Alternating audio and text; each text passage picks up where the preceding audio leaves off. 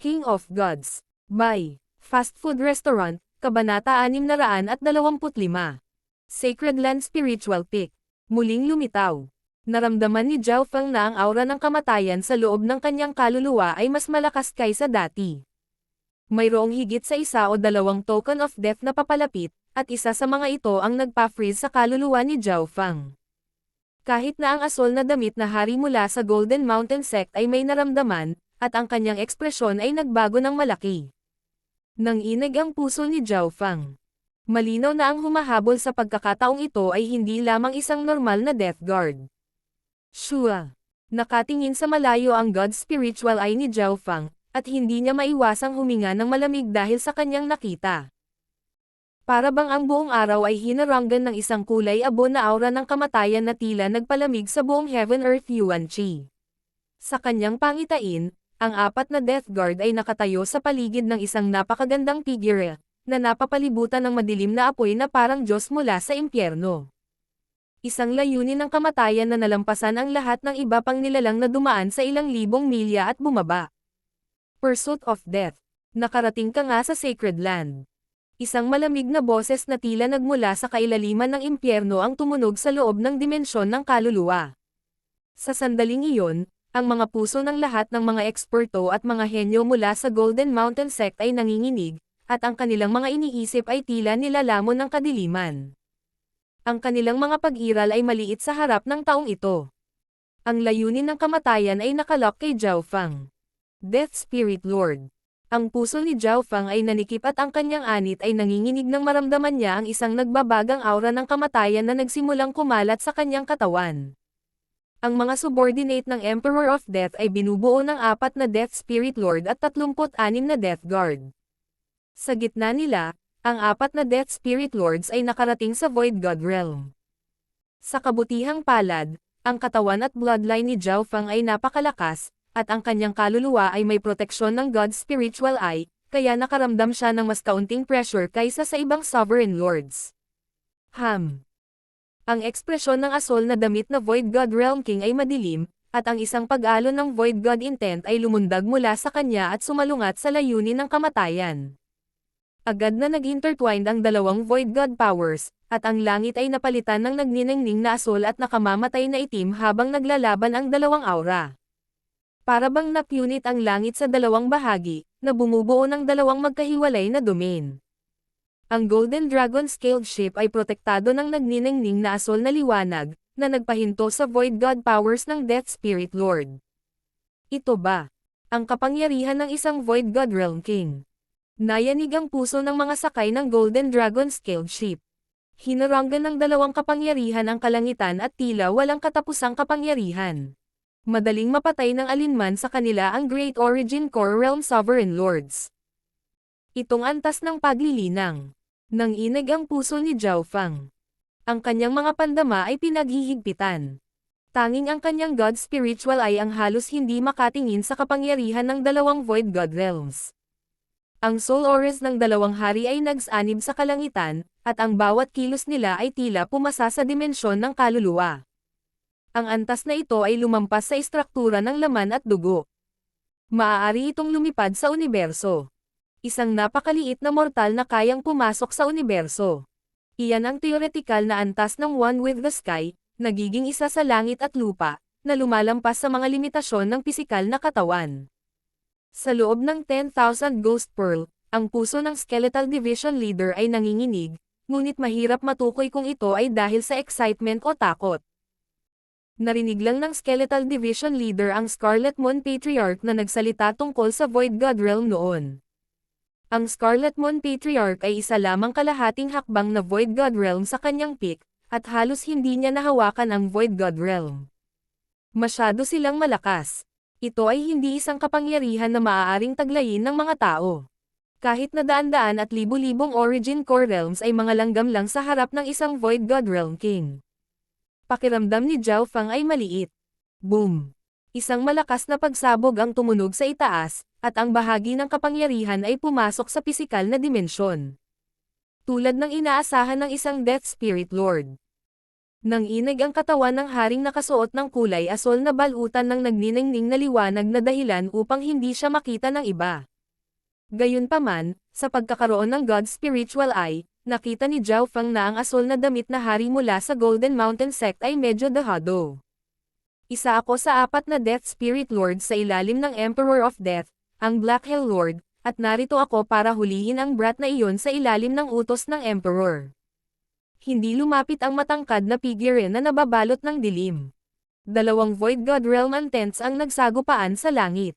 Nakikita ng God Spiritual Eye ni Zhao Feng ang pawis na lumabas sa noo ng haring nakasuot ng asol na damit. Ang pagkabigla ay lumitaw sa mukha ng asol na balabal na Void God Realm King, samantalang ang tinaguriang Black Hell Lord ay may walang pakialam na ekspresyon. Pagkatapos ng pagsubok sa isa't isa, nagsimulang makipag-usap ang 2 Void God Realm King. 60% lang ng strength ko ang ginamit ko ngayon. Kung ibibigay mo ang Pursuit of Death, ang Emperor of Death ay tutulungan ka ng 1 beses sa buong lakas niya. Sabi ng Black Hell Lord. Gusto ng isang subordinate lamang ng Emperor of Death na lumuhad ang Golden Mountain Sect. Saan pupunta ang mukha natin? Ngumisi ang Void God Realm King na nakasuot ng asol. Bagamat hindi marinig ng iba ang nangyayari, naramdaman ni Zhao Feng na ang kanyang kapalaran ay pinagpapasyahan ng iba. Ang kanyang kapalaran ay pinag-uusapan ng 2 Void God Realm King. Gayunpaman, nakakagulat, ang asol na damit na hari ay hindi sumuko sa Death Spirit Lord. Lahat kayo ay umatras at bumalik sa Sacred Land Spiritual Peak. Ang Void God Realm King na nakaasol ay tumingin ng malalim kay Zhao Feng bago magbigay ng utos sa Golden Mountain Sect. Tara na, si Old Li, ang 2 pangkalahating hakbang na Void God Realms, at ang ilang daang iba pa na sakay ng Golden Dragon Scaled Ship ay lumipad patungo sa malaking liwanag na umiikot sa hangin, kabilang si Zhao Feng. Ang asol na nakasuot na Void God Realm King ay nakatayo malapit sa pasukan at tinakpan sila, habang ang Black Hell Lord at ang 4 na Death Guard ay nakatayo ilang libong milya ang layo at hindi sinubukang pumasok. Ang kapangyarihan ng 2 Void God Realm King ay naglakbay sa kalangitan ng hindi naglalaban. Sa buong proseso, malamig na tinitigan ng nakaasol na Void God Realm King ang Black Hell Lord at ang 4 na Death Guard. Umalis. Walang emosyon ang Black Hell Lord habang tumalikod at umalis kasama ang 4 na Death Guard. Death Spirit Lord, susuko na ba tayo ng ganito? Sa iyong lakas, dapat mong sugpuin ang Void God Realm King iyon. Ang ilan sa mga Death Guard ay naguguluhan. Ito ang true martial sacred land, hindi ang ating 10,000 Woods sacred land. Higit pa rito, hindi bihira na mayroong mga emperor sa mga puwersang maaaring makapasok sa isang sacred land. Bumantong hininga ang Black Hell Lord. Kung hindi lang dahil malapit na sila sa pasukan ng sacred land, hindi siya ganoon kadaling sumuko. Sa sandaling ito. Isang malamig at itim na metal na barko ang lumipad sa himpapawid. Black Hell Lord. Mayroong ilang mga Death Guard na sakay ng malamig na itim na barko. Bilang karagdagan, mayroong isang mainit na kabataan at isang maliit na batang babae na may puting mata.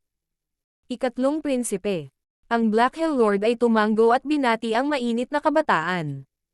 Kawawa naman. Hindi ko akalain na ganoon kabilis mag-mature ang target. Nanghihinayang nasabi ng mainit na kabataan matapos marinig ang nangyari. Kung ang Black Hell Lord ay nakarating ng mas maaga, madali niyang nahuli ang target. Ang Pursuit of Death ay nakapasok na sa True Martial Sacred Land. Magiging mahirap ito kung pinoprotektahan siya ng isang malakas na puwersa mula sa Sacred Land. Malungkot na sabi ng Black Hell Lord. Kahit ang Emperor of Death ay hindi nang ahas na gawin ang gusto niya sa isang spiritual sacred land. Hihihi, hindi naman parang wala lang. May ilang koneksyon si Master sa First Elder ng Thousand Darkness Sacred Clan, isang 3-star force sa True Martial Sacred Land. Magkakaroon tayo ng maraming pagkakataon na mahuli o mapatay si Zhao Feng pagkatapos nating mahanap ang First Elder ng Thousand Darkness Sacred Clan. Bahagyang tumawa ang mainit na kabataan. Thousand Darkness Sacred Clan. Tumalon ang puso ng mga Death Guard. Ang Thousand Darkness Sacred Clan ay isa sa pinakasikat na 3-star super forces sa loob ng Kang Ocean. Ito ay isang angkan ng demonyo. Ang Emperor of Death ay isang napakatandang Void God Realm Emperor, kaya nagkaroon siya ng ilang relasyon sa mga eksperto ng Sacred Lands. Tama, kung makakakuha tayo ng tulong mula sa Thousand Darkness Sacred Clan, napakadaling supilan ang isang Pick 2 Star Sect. Lumitaw ang lamig sa malabong mukha ng Black Hell Lord. Kasabay nito, whoosh, whoosh, whoosh. Ang grupong nakasakay sa Golden Dragon scaled ship ay lumitaw sa itaas ng isang malaking array stand. Ho! Nagpakawala ng mahabang hininga si Zhao Feng nang pumasok siya sa bagong dimensyon na ito. Arg! Bulalas mula sa grupo. Ang isang pares ng mga henyo mula sa Golden Mountain Sect ay nakaramdam ng mabigat at hindi matatag. Ang Heaven Earth Yuan Qi ay nagbigay ng malakas na presyon. Ang dimensyong ito ay bahagyang katulad ng Ancient Dream Realm.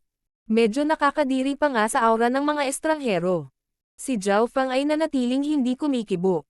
Ang dimensyon dito ay nagliliwanag ng dalisay at makapal na sinaunang aura. Nasa tuktok sila ng isang spiritual peak sa isang berdeng bundok. Purong bughaw ang langit na tila wala sa panaginip. Ang bawat talam ng damo at lahat ng mga bulaklak ay nagliliwanag ng aura ng sinaunang panahon. Ang ilang mga eksperto at mga henyo ay nagpahayag ng mga nasasabik na hitsura habang sinusubukan nilang mabawi ang kanilang balanse. Ang bawat brick, damo, at piraso ng kahoy sa Sacred Land ay ilang beses na mas malakas kaysa sa labas ng mundo dahil sa kakaibang Heaven Earth Yuan Qi. Yung mga unang beses na narito, umupo ng isang oras at masanay sa lugar na ito. Nagbabala si Elder Li. Nang marinig iyon, umupo ang lahat. Ang mga narito sa unang pagkakataon ay nakadama ng malakas na presyon na nagmumula sa langit at lupa. Umupo din si Zhao Feng. Ang higit na ikinagulat niya ay kahit na ang pinakamasamang lugar dito ay mas mahusay kaysa sa mahiwagang kanya ng Purple Saint Ruins.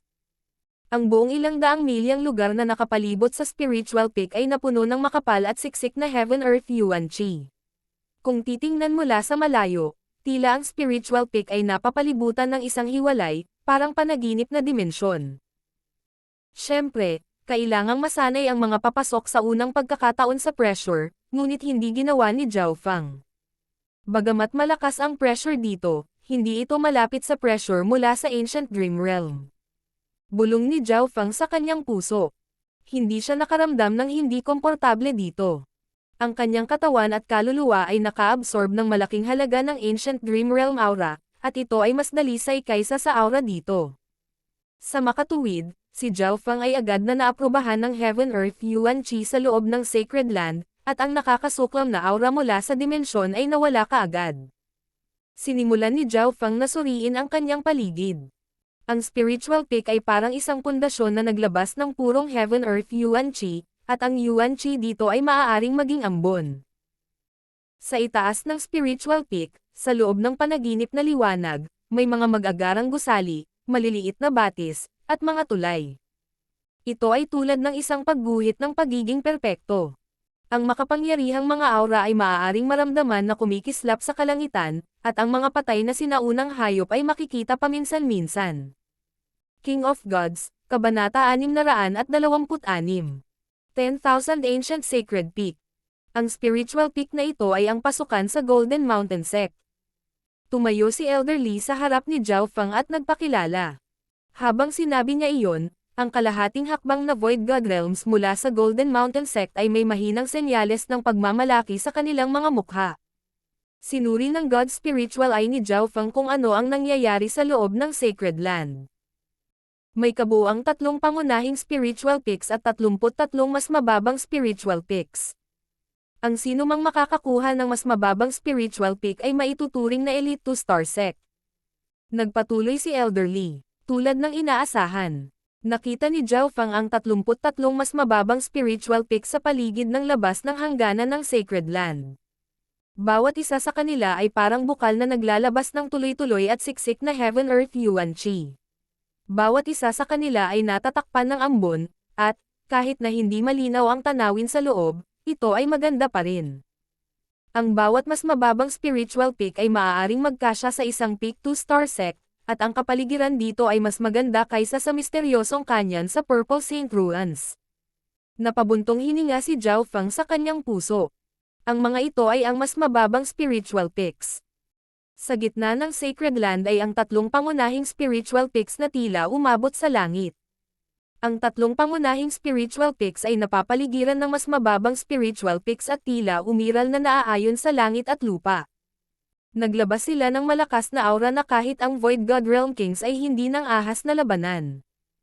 Ang pangunahing spiritual peaks ay higit sa 10 beses na mas malaki kaysa sa mas mababang spiritual peaks, at ang tatlong star na puwersa lamang ang may karapatang pumasok sa isa. Bumaling ang tingin ng lahat sa tatlong malabong pangunahing spiritual peaks. Ang mga pangunahing spiritual peaks ay nasa gitna ng Sacred Land. Nakita ng God's spiritual eye ni Zhao Feng ang Heaven Earth Yuan Qi na nagmumula sa direksyong iyon. Ito ay mas dalisay pa kaysa sa mas mababang spiritual peaks, at ito ay nagniningning sa bawat direksyon. Maaaring lahat ng spiritual peaks na ito ay mga bukal ng Heaven Earth Yuan Qi. Tumalon ang puso ni Zhao Feng. Ayon sa God's spiritual eye, tama ang mga hula ni Zhao Feng. Ang mga pangunahing spiritual peaks at mas mababang spiritual peaks ay ang lahat ng Heaven Earth Fountain na nagsilang sa Heaven Earth Yuan Qi. Ang buong True Martial Sacred Land ay nasa gitna ng isang Heaven Earth Fountain sa loob ng walang limitasyong karagatan. Ito ay dahil dito na ang spiritual sea na nakapalibot sa Sacred Land ay lubhang magulo at ang bilang ng mga puwersa dito ay higit na mas malaki kaysa sa ibang mga sona ng isla. Ang pangunahing spiritual peak na iyon. Nakita ng isang eksperto na may eye bloodline mula sa sekta na may mali. Ang tatlong pangunahing spiritual peaks ay nasa gitna ng Sacred Land, ngunit ang pinakasentro ay tila walang puwersang nananatili doon. Ang pinakasentro na pangunahing spiritual peak ay tila inabandona. Ang Heaven Earth Fountain nito ay hindi kasing ganda ng iba pang dalawa. Mas nakita ito ng God's spiritual eye ni Zhao Feng. Ang pinakasentro na pangunahing spiritual peak ay tila walang tao doon. Iyan ang 10,000 Ancient Sacred Peak. Walang nagmamay-ari nito. Bumantong hininga ang isang Great Origin Core Realm Sovereign Lord. Ang mga nakapunta sa Sacred Land noon ay tumingin sa pinakasentro na pangunahing spiritual peak na may masalimuot na emosyon, ngunit lahat sila ay naglalaman ng paghanga. 10,000 Ancient Sacred Land. Ang pangalan lamang ay hindi simple.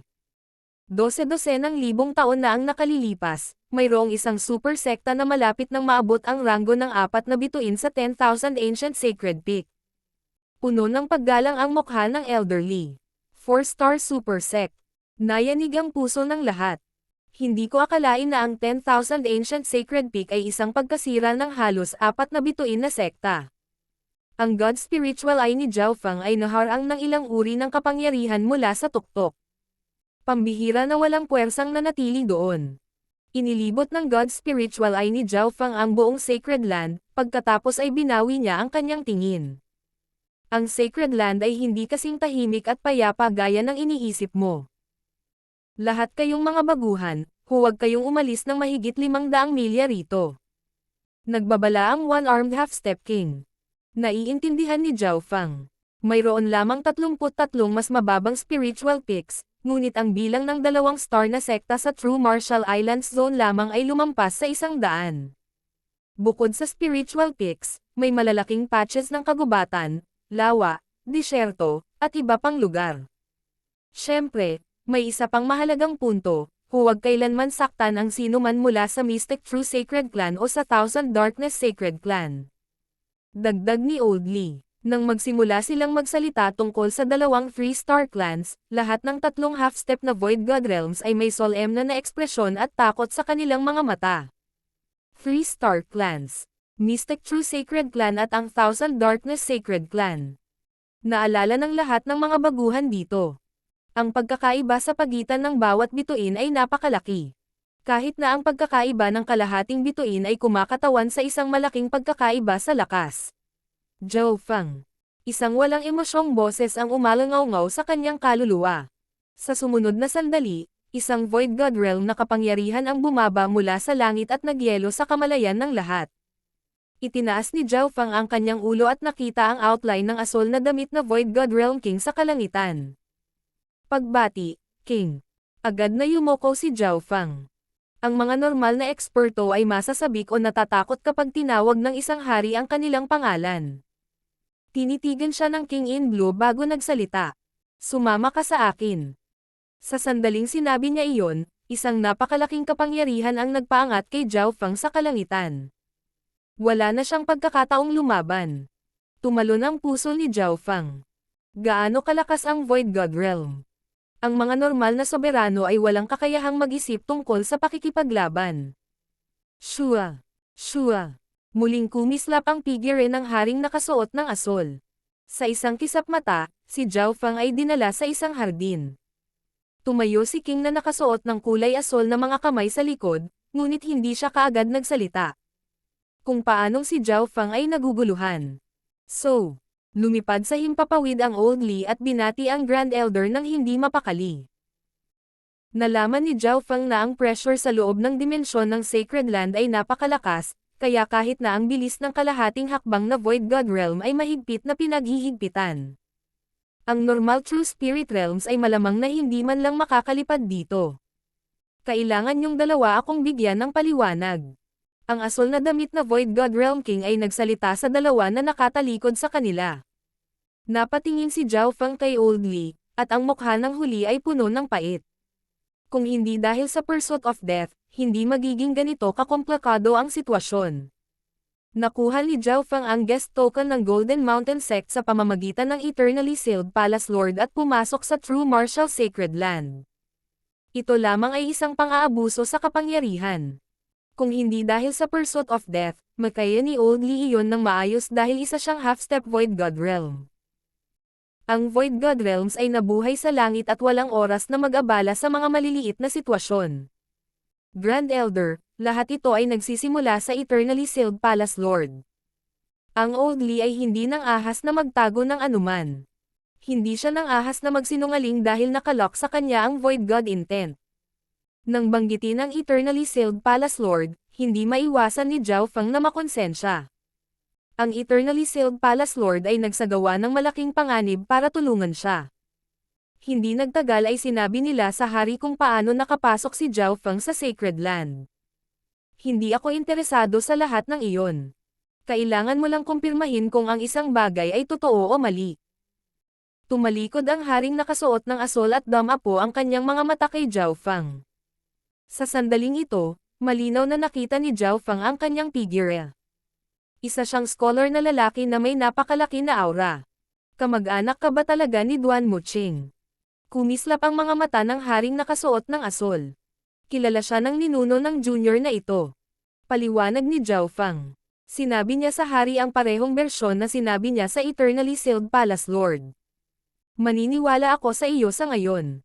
Hindi naghinala ang nakasuot na asol na hari. Hindi siya naniniwala na ang isang tao ay sasailalim sa napakalaking panganib na makapasok sa banal na lupain kung sila ay isang tagalabas. Siyempre, hindi niya maibubukod ang posibilidad na gusto ni Zhao Feng na pumasok sa Sacred Land para lamang makatakas mula sa Pursuit of Death. Pumunta ka at ayusin si Zhao Feng. Susubukan kong makipag-ugnayan kay Emperor Duan mo. Kinuwayway ng King in Blue ang kamay. Si Zhao Feng at Old Li ay kumilos na parang pinatawad at agad na umalis sa hardin. Sa ngayon, ang pangunahing isyo ay upang kumpirmahin ang sitwasyon tungkol kay Duan Muqing. Ang magiging problema lang ay kung ang Duan Muqing na ito kahit papaano ay hindi ang tinutukoy ng Senior Purple Saint. Ang emosyon ni Zhao Feng ay hindi makalma. Hindi nagtagal ay umalis na ang dalawa sa garden. Shua! Shua! Shua! Ilang nagniningning na figure ang lumitaw sa hardin. Lahat sila ay iba't ibang kasarian, edad, at hitsura. Pambihira ang bloodline aura.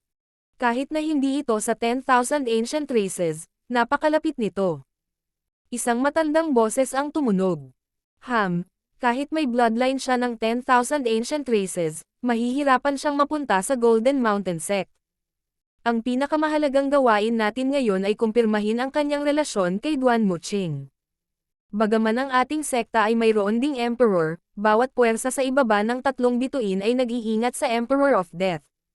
Nagsimulang mag-usap ang ilang hari. Hey, di bale. Hindi rin naman tayo madedehado. Bahagyang ngumiti ang haring nakasuot ng asol. Kung talagang may relasyon itong Zhao Feng kay Duan Muqing, tutulungan natin siya at magkaroon ng koneksyon sa Mystic True Sacred Clan, na tutulong na pagsamahin ang posisyon natin sa Sacred Land. Kung hindi siya kamag-anak ni Duan Muqing, ibibigay na lang natin siya sa mga subordinate ng Emperor of Death at bibigyan siya ng pabor sa atin. Nang marinig iyon, sumang-ayon ang lahat ng nagniningning na ilaw. Ngunit, si Duan Muqing ay palaging nasa pag-iisa, at napakahirap kahit para sa mga hari na makita siya. Isang boses ng babae ang narinig. Walang dapat ikabahala. Magsisimula na ang Demigod Forgotten Garden na nagbubukas minsan tuwing 500 taon. Gaano man kabala si Duan Muqing, malalaman niya ito. Sabi ng matandang boses. Demigod Forgotten Garden. Hihihi, nakumpirma na ba natin ang mga napili natin?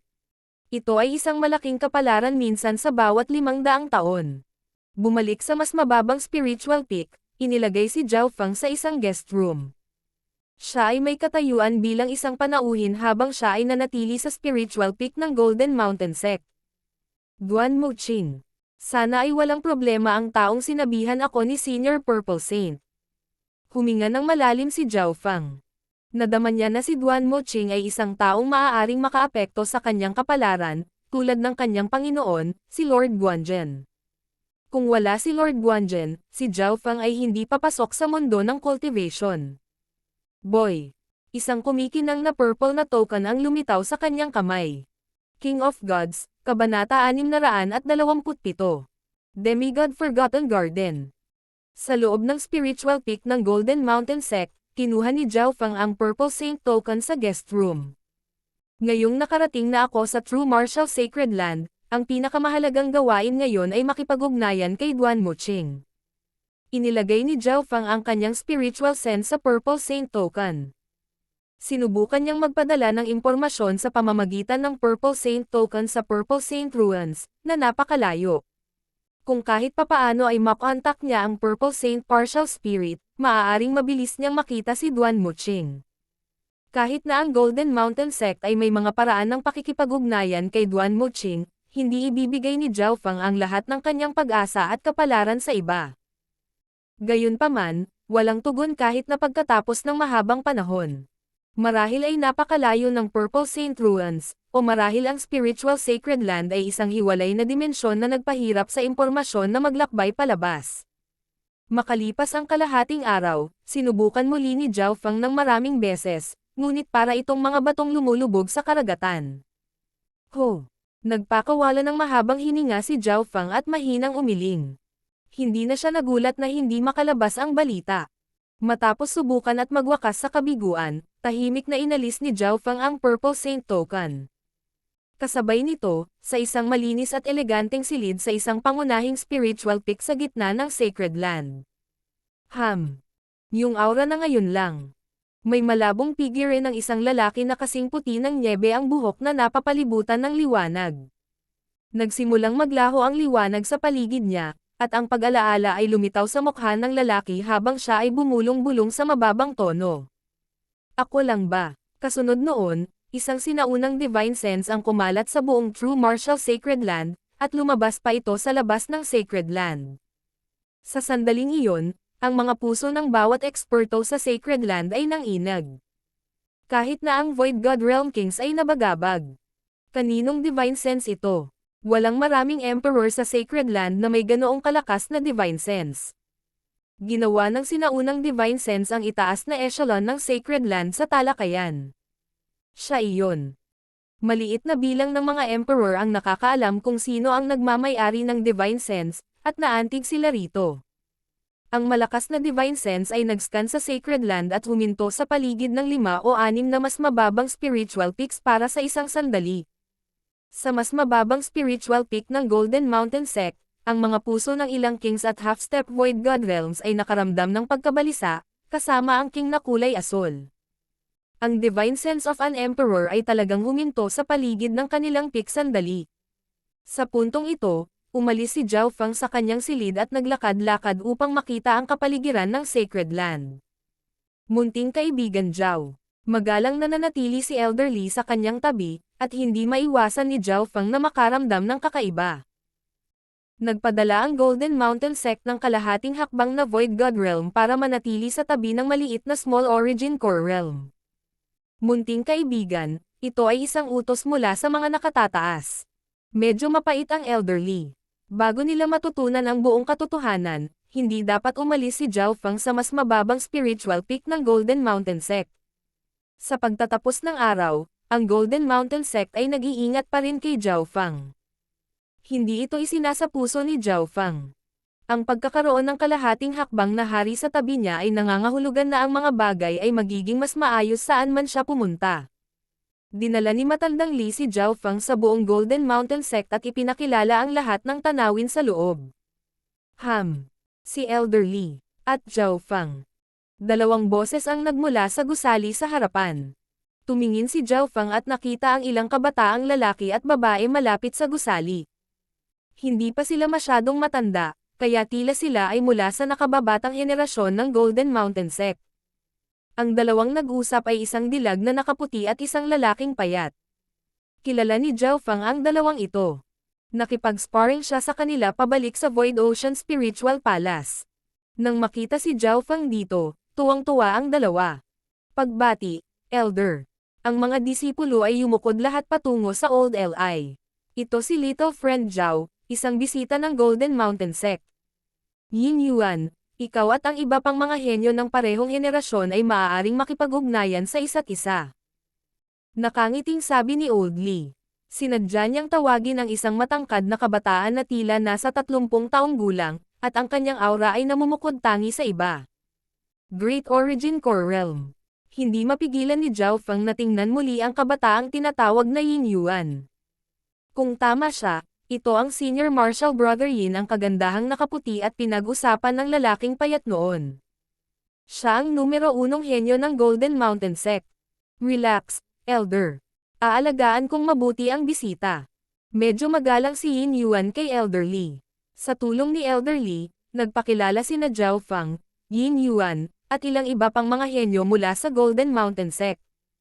Karamihan sa kanila ay personal o core na mga disipulo ng Golden Mountain Sect. Sa kanila, ang magandang babae na nakaputi at ang payat na lalaki ay kakapasok lang sa Sacred Land, kaya mababa ang kanilang katayuan kumpara sa iba. Sa makatuwid, ang dalawa ay kumilos ng mas mainit kay Zhao Feng. Hihihi, dapat kayong mga kabataan ay nakikipag-ugnayan sa isa't isa. Aalis saglit ang matandang ito. Ngumiti si Elder Li at umalis. Bago siya umalis, binigyan ni Elder Li ng babala si Yin Yuan sa pamamagitan ng kanyang divine sense. Ang ibig sabihin ni Elder ay hindi ko sasaktan itong si Zhao Feng at mas mabuti para sa akin na magkaroon ng magandang relasyon sa kanya. Hindi napigilan ni Yin Yuan na suriing mabuti si Zhao Feng.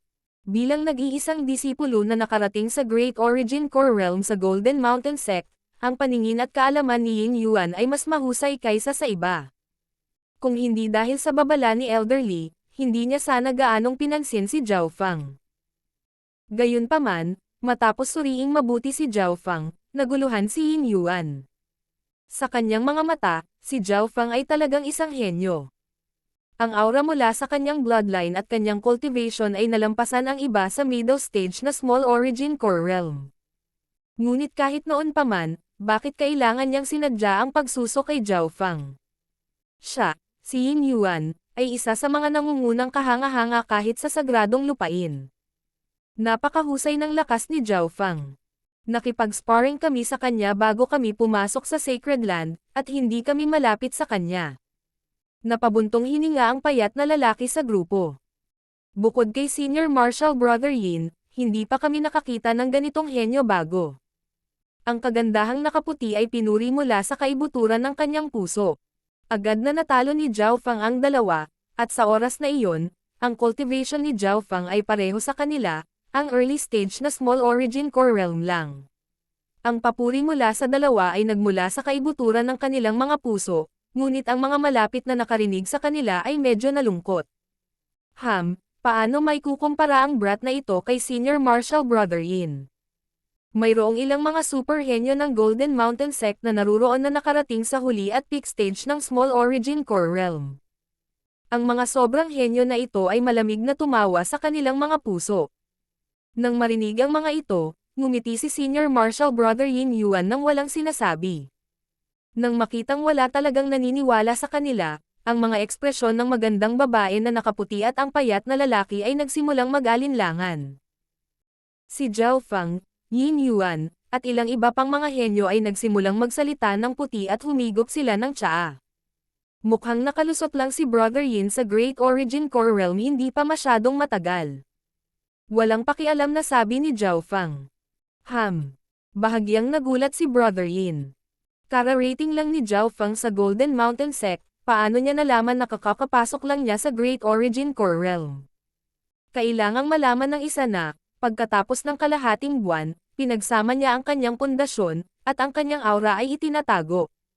Mahirap para sa mga may mababang paglilinang na makita ang paglilinang ng mga mas mataas kaysa sa kanila. Alam ng lahat na nakapasok si Brother Yin sa Great Origin Core Realm 2 buwan na ang nakakaraan. Mahinang sabi ng isang late stage na Small Origin Core Realm na may buhok na kayumangging lalaki. Ang lalaking may kayumangging buhok ay hindi natuwa sa kung paano tinatrato ng mga elder at head disciple si Zhao Feng, na isang maliit na middle stage na Small Origin Core Realm. Hindi niya pinansin ang ilang detalye. Ito ang unang pagkakataon na pumunta si Zhao Feng sa Golden Mountain Sect at nakita pa si Brother Yin, kaya paano niya malalaman ang anumang bagay tungkol sa sitwasyon ng huli. Si Brother Yin, gayunpaman, ay nagbigay pansin. Kung nakikita ni Zhao Feng na siya ay nakipaghiwalay sa Great Origin Core Realm hindi pa nagtagal dahil lamang sa pagtingin sa kanya, kung gayon si Zhao Feng ay tiyak na hindi simple. Sa Golden Dragon Scaled Ship, ang lakas ni Zhao Feng ay maihahambing sa isang kalahating hakbang na Void God Realm, at nagawa niyang umatras ng hindi nasaktan. Lumitaw ang mga kulay sa kagandahan sa mga mata ng puti nang magsimula siyang magsalita tungkol sa nangyari sa barkong Golden Dragon Scaled. Sa totoo lang, wala sa kanila ang talagang nakaintindi sa nangyari sa barkong Golden Dragon Scaled. Akala nila ang dahilan kung bakit sila nanalo ay dahil sa 3 kalahating hakbang na Void God Realms, at ang ginawa lang ni Zhao Feng ay stall. Pagkatapos ng lahat, ang kabilang panig ay binubuo ng 3 kalahating hakbang na hari. Isang Small Origin Core Realm na nakikipaglaban sa isang Half-Step King. Kahit anong rinig ko, parang kwento lang. Humagalpak sa tawa ang lalaking may kayumangging buhok. Sa totoo lang. Ang Small Origin Core Realm na nakikipaglaban sa isang half-step na king ay lumabas lamang sa mga kwento o alamat, kahit na nagawa nilang lumaban para sa ilang hininga. Maging si Senior Marshal Brother Yin ay hindi maiwasang mapangiti. Masyadong exaggerated ang lahat ng sinasabi ng dalawang ito. Gusto lang siguro ng magandang babaeng nakaputi na palakihin si Zhao Feng para itaas ang kanyang status. Nakita ko ito ng sarili kong mga mata. Kung hindi ka naniniwala sa akin, tanungin mo si Elder Li. Galit na sabi ng magandang babaeng nakaputi. Nakaramdam siya ng mali. Lahat ng sinabi niya ay totoo. Nasaksihan niya ang lahat ng ito sa sarili niyang mga mata, at sa halip na paniwalaan siya, lahat sila ay may pangungot siya sa kanilang mga mukha. Kung narito si Elder Li, sasabihin niya sa kanila ang totoo, ngunit nais ni Elder Li na bigyan ng pagkakataon ng mga junior na makipag-ugnayan sa isa't isa, kaya umalis siya. Ang grupo ay malinaw na hindi aabalahin si Elder Li para sa isang maliit na bagay tulad nito. Salamat sa iyong tulong. Si Zhao Feng ay kumilos na parang normal ang lahat, at binigyan niya ang payat na lalaki at ang kagandahan sa puting nakakaaliw na tingin. Pagkaraan ng ilang sandali ay may humiling na makipag-spar. Malapit nang magbubukas ang once every 500 years Demigod Forgotten Garden. Maging ang Golden Mountain Sect ay mayroon lamang 5 slot na magagamit. Tila, ang kompetisyon para sa Demigod Forgotten Garden ay napakahigpit. Tumanggo si Senior Marshal Brother Yin. Kaka-rating lang niya sa Great Origin Core Realm, at gusto niyang ipakita ang kanyang mga kakayahan sa isang beses bawat 500 taon na Demigod Forgotten Garden. Siyempre, isang bagay na hindi nagkukulang sa Sacred Land ay mga henyo. Maraming tao na kahit si Brother Yin ay nag-iingat. Hindi sapat ang isang tao sa Demigod Forgotten Garden. Tama, dapat mag-spar ang bawat isa. Makakatulong ito sa atin sa Demigod Forgotten Garden. Siyempre, hindi natin makakalimutan ang bisita natin. Ang kayumangging buhok sa late stage na Small Origin Core Realm na lalaki ay mapaglarong dam-apo kay Zhao Feng. Dahil sa kalokohan na sinabi ng kagandahang nakaputi at ng payat na lalaki noon, Maraming mga disipulo ng Golden Mountain Sect ang gustong kamprantahin siya. Demigod Forgotten Garden. Nagpakita ng interes si Zhao Feng at hindi isinasapuso ang kanilang layunin sa pakikipaglaban. Ang Diyos ay tumutukoy sa Heavenly Divine Realm, ang pinakamataas na antas ng cultivation sa Fan Universe. Tinukoy ni Demigod ang pinakamataas na Mystic Light Realm, isang taong nasa kalahating hakbang na patungo sa domain ng Diyos. Kahit na ang Purple Knight Sacred Lord sa kanyang tuktok ay walang karapatang tawaging Demigod. King of Gods, Kabanata 628. Pagkabigla. Sinagot ni Yin Yuan ang lahat ng itinanong ni Zhao Feng. Ang Demigod Forgotten Garden ay isang lihim na hardin na iniwan ng isang eksperto mula sa sekta na malapit nang umabot sa 412 dosenang milenyo ang nakalipas. Tila, ang ekspertong iyon ay isang hakbang na lamang mula sa pagiging isang Diyos ngunit namatay mula sa mga God tribulations. Lumitaw ang paghanga sa boses ni Yin Yuan. Ang 4 na bituin na puwersa at ang Heavenly Divine Realm ay napakalayo kahit para sa mga anak ng langit. Ang mga ito ay lumitaw lamang sa mga alamat. Sa buong Kang Ocean, wala kahit anino ng 4-star force, at ang Heavenly Divine Realm ay mas malayo pa. 4-star super sect, pwede bang? Lumingon ang tingin ni Zhao Feng sa mapanglo na pangunahing spiritual peak sa gitna ng Sacred Land, ang 10,000 Ancient Sacred Peak. Tama. Ang boses ni Yin Yuan ay naglalaman ng papuri. Ang Demigod Forgotten Garden ay nasa tuktok ng 10,000 Ancient Sacred Peak. Ang 10,000 Ancient Sacred Peak ay mayroon ding maraming iba pang mga pamana at lihim na sukat. Ang ilan ay tumagal pa mula noong sinaunang at sinaunang panahon. Bumaling ang tingin ng lahat sa 10,000 Ancient Sacred Peak ng may pag-asa at paggalang. Sa wakas ay naunawaan ni Zhao Feng kung bakit tinawag iyon ang 10,000 Ancient Sacred Peak.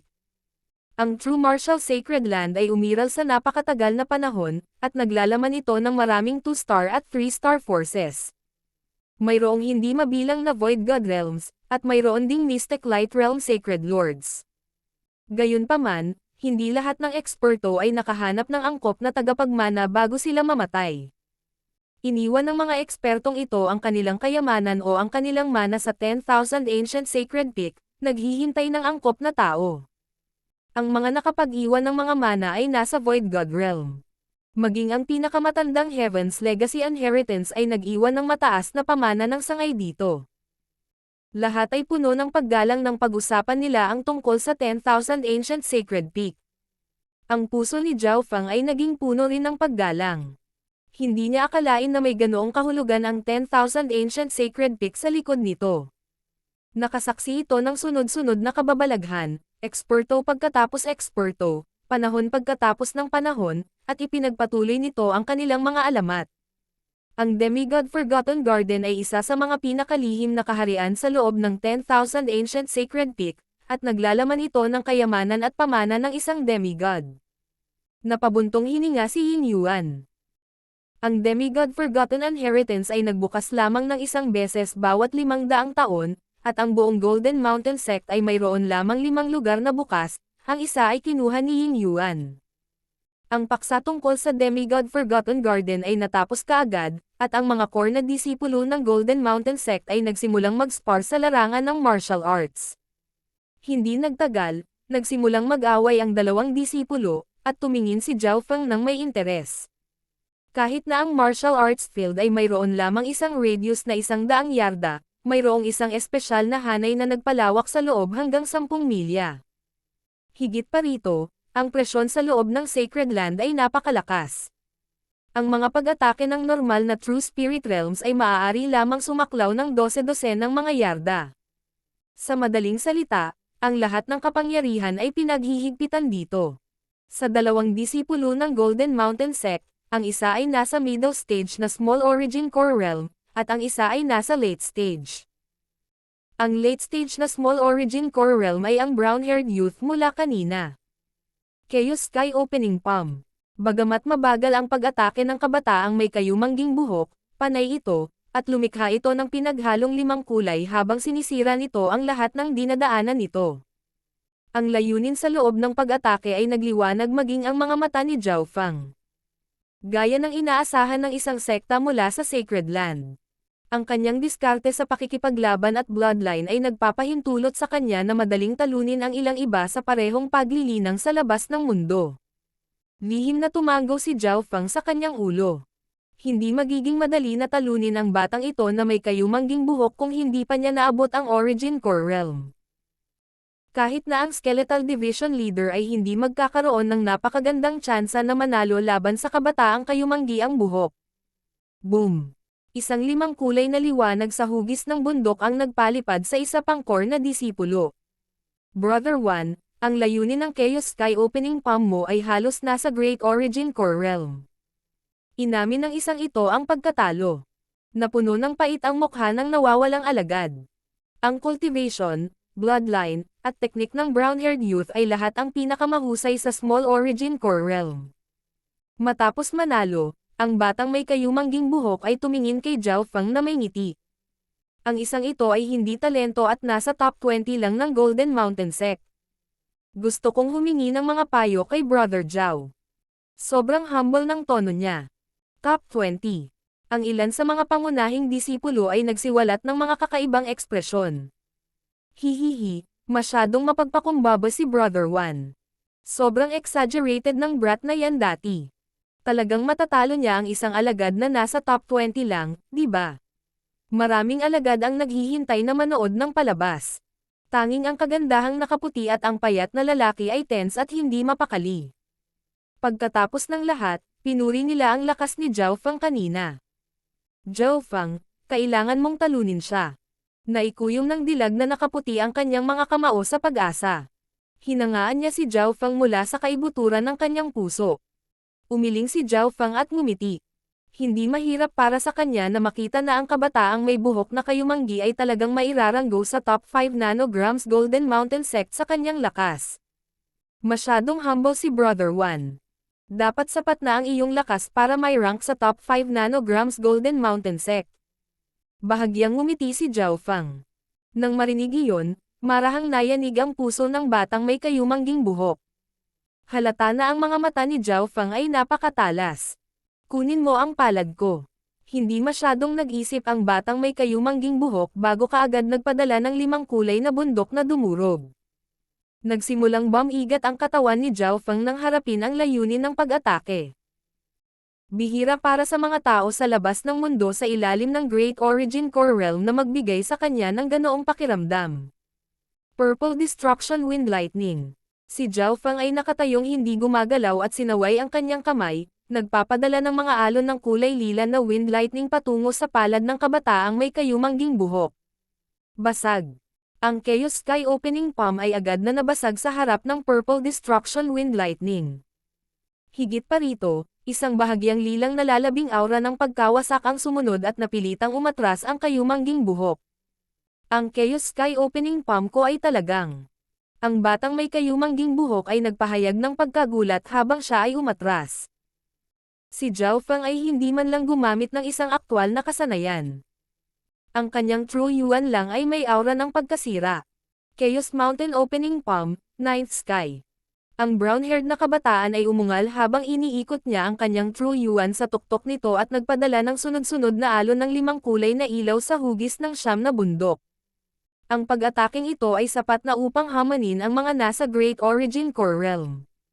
Break. Bahagyang tumawa si Zhao Feng at sumuntok. Isang lilang kamao ang naglakbay sa kalangitan na parang dragon at agad na binasag ang Chaos Mountain Opening Palm Ninth Sky ng brown-haired na kabataan ng simple at brutal. Basag. Basag. Boom. Napaungol sa sakit ang batang may kayumangging buhok nang tumama sa kanya ang lilang kidlat. Napakalakas.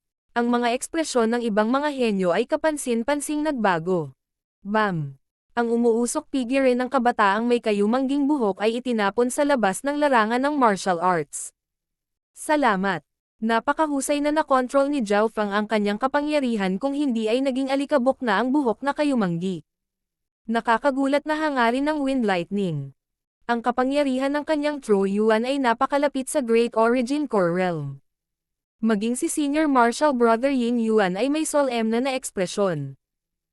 Dahil sa madaling tagumpay ni Zhao Feng, pinalitan ng mga disipulo ng Golden Mountain Sect ang kanilang pagiging mapaglaro ng pagiging maingat at takot.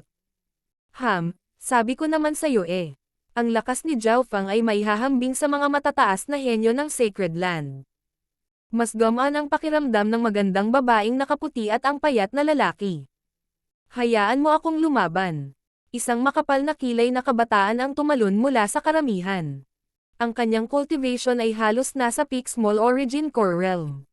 Ang kanyang ranggo sa Golden Mountain Sect ay mas mataas pa sa kabataang may kayumangging buhok. Gayunpaman, isang galaw lang din ang nagawa niya. Boom!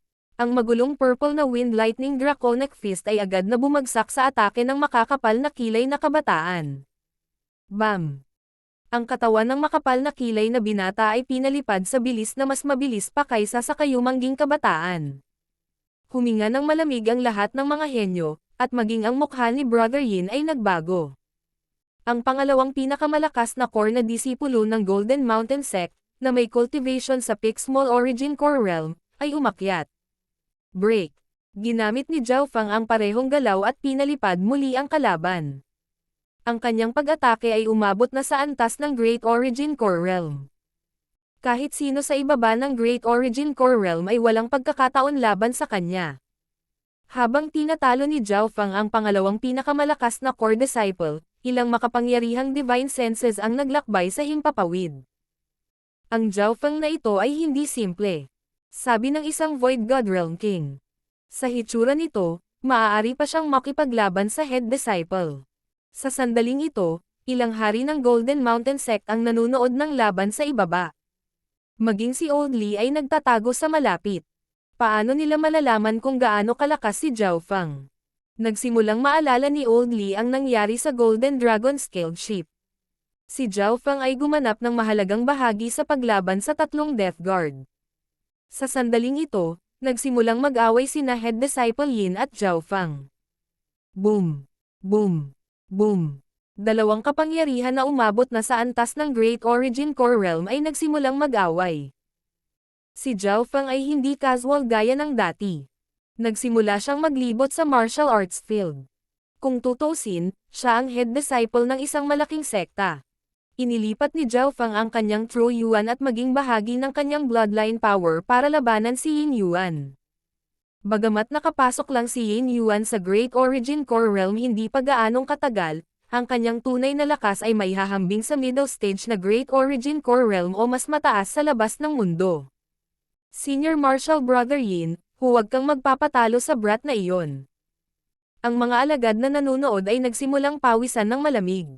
Kung matalo si Brother Yin Yuan, ang Golden Mountain Sect ay mawawalan ng maraming mukha. Pagkatapos ng 100 galaw, biglang umatras si Zhao Fang mula sa laban at ikinulong ang kanyang mga kamao sabay ngiti. Mukhang magtatapos ang laban na ito sa isang draw. Walang sinabi si Brother Yin. Nagpakawala siya ng hininga bago binigyan ng matalim na tingin si Zhao Fang. Sinabi sa kanya ng instinct na iniimbak pa rin ni Zhao Fang ang kanyang lakas. Sa himpapawid, ilang saglit na natahimik ang ilang Void God Realm Kings. Kung ang Zhao Fang na ito ay lalabas ng todo, si Yin Yuan ay malamang na hindi tatagal ng 10 galaw. 10. Tatlo ang sasabihin ko. Ang Void God Realm Kings ay umabot sa hindi kapani-pani walang taas. Sino ang nakakaalam kung ano ang iisipin ng mga disipulo ng Golden Mountain Sect, lalo na si Brother Yin, kung alam nila ang pinag-uusapan ng Void God Realms na ito? Sinabi ko na sa inyo lahat. Ang lakas ni Zhao Fang ay maihahambing kay Brother Yin. Mayabang na sabi ng magandang babaeng nakaputi. Sa labanan ngayon, nagulat si Zhao Fang sa Golden Mountain Sect. Ilang Void God Realm intent ang naglakbay sa himpapawid. Kung ang brat na iyon ay sumali sa Golden Mountain Sect at pumasok sa Demigod Forgotten Garden, siya ay magiging isang Dark Horse. Malamang hindi makatotohanan iyon. Oo, lumabas si Duan Mo Ching sa pag-iisa. May balita na ba sa kanya?